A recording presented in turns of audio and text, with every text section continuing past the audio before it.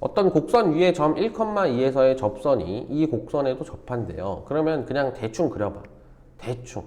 정교하게 그릴 필요 없어. 대충 어떤 상황인지를 보는 거야. 그래서 이렇게 1,2에서의 접선이고요. 얘가 이제 얘를 fx라고 하고 얘를 gx로 우리끼리 정의를 합시다. 얘를 이제 f라고 보고 그 다음에 실제로는 이렇지 않을 거예요. 그냥 대충 그리는 겁니다. 이런 식으로 접한대. g는. 그랬을 때 상수 a의 값을 물어본 거죠. 그지? 그러면 일단 이 직선의 방정식을 구성하는 게 중요하겠네. 그지? 직선의 방정식 자체를 정의해보자. 그러면 1에서의 미분계수를 알아야 되니까 얘를 미분하면 y'은 3x제곱 마이너스 4입니다. 5는 없어지고요. 그지? 그러면 여기에다가 1을 대입하면 마이너스 1이란 말이지. 기울기가 마이너스 1이에요. 마이너스 1이면서 1,2를 지나야 되니까 직선의 방정식을 이런 식으로 설정할 수 있고 이 1차 함수는 그래서 정리하면 마이너스 x 플러스 3입니다. 그지? 그럼 이러한 직선이 누구랑 접한다는 거예요? 얘랑 접한다는 거야. 그지? 접한다. 그때 상수 a의 값을 물어본 거죠. 그럼 일단 이 점의 좌표를 내가 뭐 알파, 베타라고 한다면 이 알파라는 점은 반드시 어떤 점이어야 되냐면 이 알파를 미분한한테 집어넣었을 때 마이너스 1이 나와야죠. 그지? 여기서의 미분계수가 마이너스 1이어야지. 그래서 미분을 해보면 이렇게 됩니다. 그지? 그래서 알파를 대입했을 때의 값이 마이너스 1이 돼야 된다. 이렇게 넘어가면 마이너스 4가 되고 그러면 이렇게 날아가면서 알파가 얼마여야 된다. 마이너스 1이어야 되네요. 그지? 그러니까 알파 3승은 마이너스 1을 만족시키는 알파의 값은 마이너스 1과 두 개의 허수가 있을 거라고. 근데 당연히 여기가 허수 자리는 아니잖아요. 실수가 와야 되잖아. 여기는 마이너스 1이었겠죠, 당연히. 그지? 그럼 마이너스 1을 대입해보면 여기 마이너스 1을 대입하면 4죠. 그지?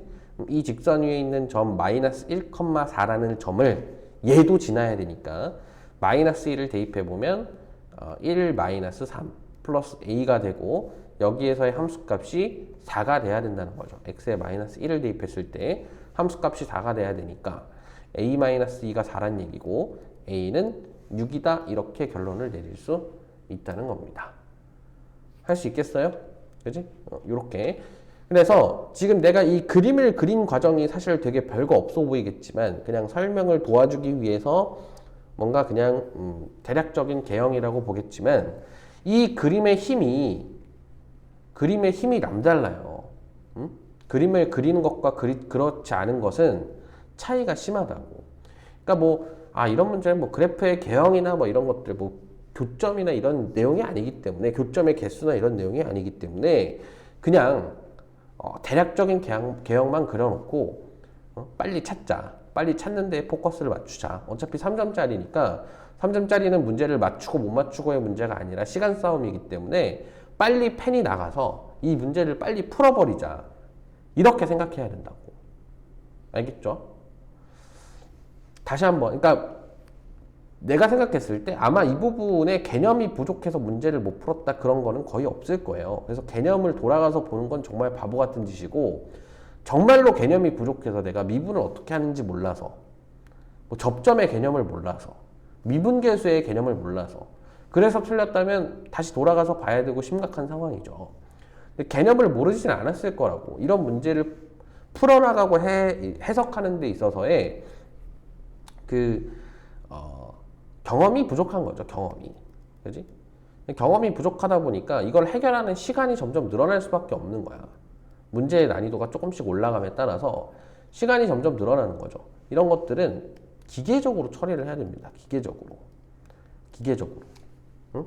선생님, 수능은 창의성이나 사고력 이런 걸 보는 시험 아닌가요? 그냥 유형을 반복해서 보고 기계적으로 문제 푸는 걸 보는 게 아니지 않나요? 그렇지 않아요. 응? 그렇지 않다고. 이런 부분의 유형도 필요하다라는 거야. 이런 유형의 공부 형태도 필요하고 그게 매우 효과적이라는 거죠. 매우 효과적입니다. 매우. 어디까지는? 쉬운 4점 정도에까지는. 그 이후에 이제 어려운 4점의 형태나 완전 킬러 문제나 이런 것들은 이제 진짜 사고력이 좀 필요하죠. 근데 그런 것도 그런 문제들도 결국 이런 기계적 분석 능력이 없으면 절대 못 풉니다. 뭐 안 해? 시간 안에 못 풀어. 시간 안에. 응? 우리 막 하루 종일 시험 문제집 주고 하루 종일 준 다음에 응? 이거 제일 높은 사람, 이거 점수 제일 높은 사람이 대학 가는 거야. 이런 식으로 싸우는 문제가 아니잖아요. 그지? 딱 100분이라는 공통된 시간이 주어진다고. 이 안에 해결을 해야 된다고요. 평가원도 그걸 모르는 게 아니란 말이야. 그러면 당연히 그러니까 좀 쉬운 문제의 형태들은 반복되는 패턴의 문제들을 주는 거고, 어려운 문제들에서 변별력을 주겠죠. 근데 이런 문제 풀면서 뭐 변별력, 사고력 뭐 어쩌고 뭐 하면서 그런 얘기 하고 있으면 안 돼. 진짜 기가 차요, 기가 차. 자기는 똑똑하다고 생각하고 막 그런 얘기를 하겠지만, 응? 그냥 공부를 하기 싫어서 핑계대거나 변명하는 것밖에 안 들려요. 응? 아, 선생님, 저 이런 거 다 할 줄 알아요. 저 이런 거 꼭 풀어야 돼요. 저 이거 맞출 수 있어요. 이런 얘기 좀 하지 말라고, 제발. 응? 겸허한 마음으로 공부하세요. 겸허한 마음. 나는 바보 천치다 이런 생각을 가지고 공부를 해야지 진짜 성적이 잘 올라요. 겸손해야 돼. 알겠죠?